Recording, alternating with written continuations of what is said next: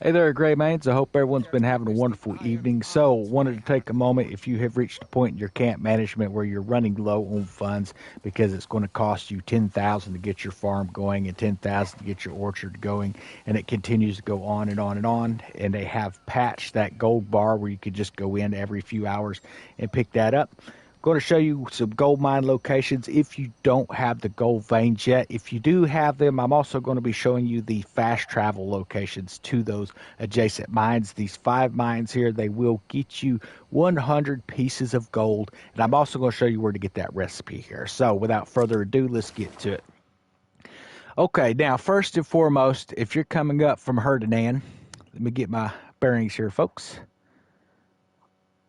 Okay, if we're coming up from Hideout, just kind of almost between Hideout and Denali, we'll call it Rocky Hills here. You see where this Rocky Hills, or even a little bit better, we'll look at Karen Quarry. Come straight up from Karen's Quarry, and you will come to a location called Witch's Hideout. If you see, it's kind of between the I and the L, just a little to the right, not to the river.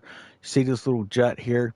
It is located right there, and you will come up through the woods, and there is very clearly some wooden pathways. They look like stairs coming into a nice little cave, and that is where you're going to pick up 2 things you're going to need for this. You need to get the fruit tea. It is a recipe, and you'll be able to pick that up. You could also buy it in town if you just want fruit tea from there without dealing with a recipe. But being you're there, I recommend getting it. It is one of the best stamina potions or recipes you can get.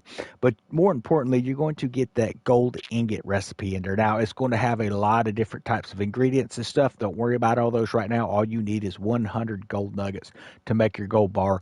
We'll show you how to do that here at the end of the video here, guys. But okay, from this location, you want to come over, and I'm going to show you one of the first gold mines that you're going to have. Being you're already up here, go ahead and mark this fast travel nexus, and then you're going to have some mountain ranges. Now, this is going to depend on you being able to climb, or at least be able to do some serious jumping, guys. You're going to have to make sure you can jump. So I say bring that tea, make a lot of that fruit tea so you can keep your stamina up as you're climbing the mountains. You could just drink some and continue to climb. Otherwise, if you're brand new to the game, you're going to run into some issues. But this is the location of Silverwolf Cave. It's almost directly across from this A as you're coming around.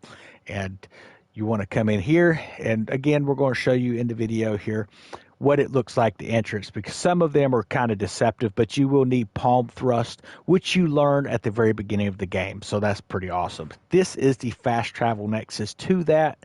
That way, in the future, you can go straight to the nexus, jump straight into the cave, and Bob's your uncle, you've got some more gold. Now we're going to come up kind of, you can come straight across if you want. But if you look at this little river, as you can see, you can always tell lakes and rivers, even with the clouds over it. But right here is the fastest or the closest abyss nexus to your next gold mine, which is actually located right here. This is the Second Finger Cave, and you can go ahead and do these puzzles if you want to. They're pretty easy. There's not much to them. This one here, you got to break the ice with your pickaxe and then break the ice that's plugging, draw the water out, and complete the puzzle. It's just sliding some blocks around. Very easy stuff. You want the little character in the center, and it has a brown archway that goes around it. But anyway, so this is the Second Finger Cave. Okay, so that is going to give you those locations. Now, there's a third one down here. We're going to come back down to Hernand. And you can pick this one up first if you want to. It's totally up to you. I want to find us a good, I guess we'll call it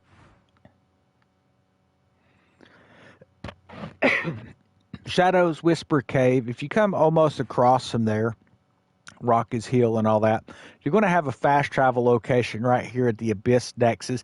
This is actually underground, guys. When you get there, it's going to be a hole. I do warn you, if you do not have the ability to double jump and then use your palm force to shoot yourself up 2 or 3 times, you're not going to get out of this thing. Just to give you a heads up. So you may have to travel this one on foot.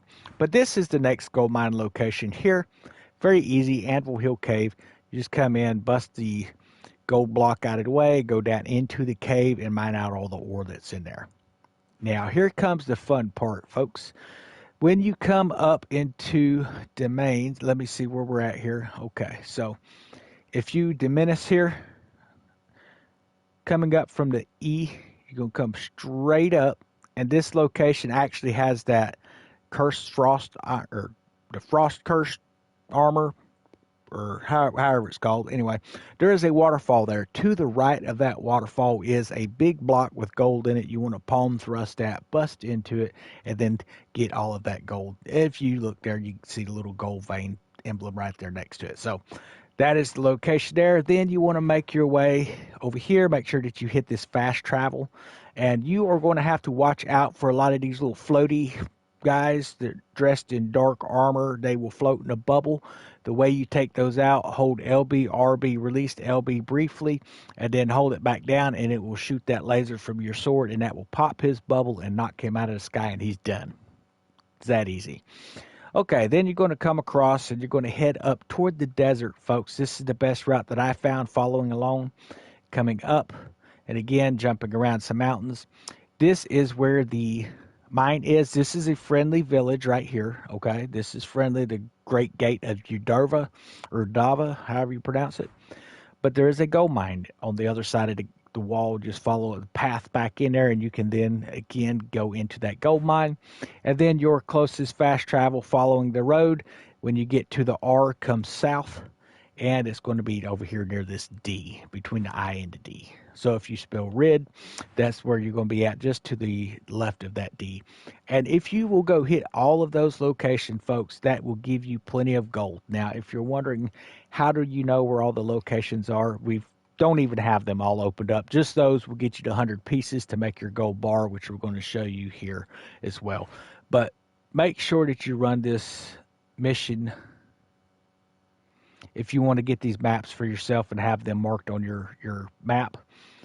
Karen, Corey, run that boss over there, get it taken care of. That is what the piece of paper, when you finish this and you go back in town and a guy comes running up and he slips you a piece of paper, that's showing all those mine locations for gold mines. And it's important that you get that stuff done because you're going to need gold because it gets expensive boosting your forts or your camp here.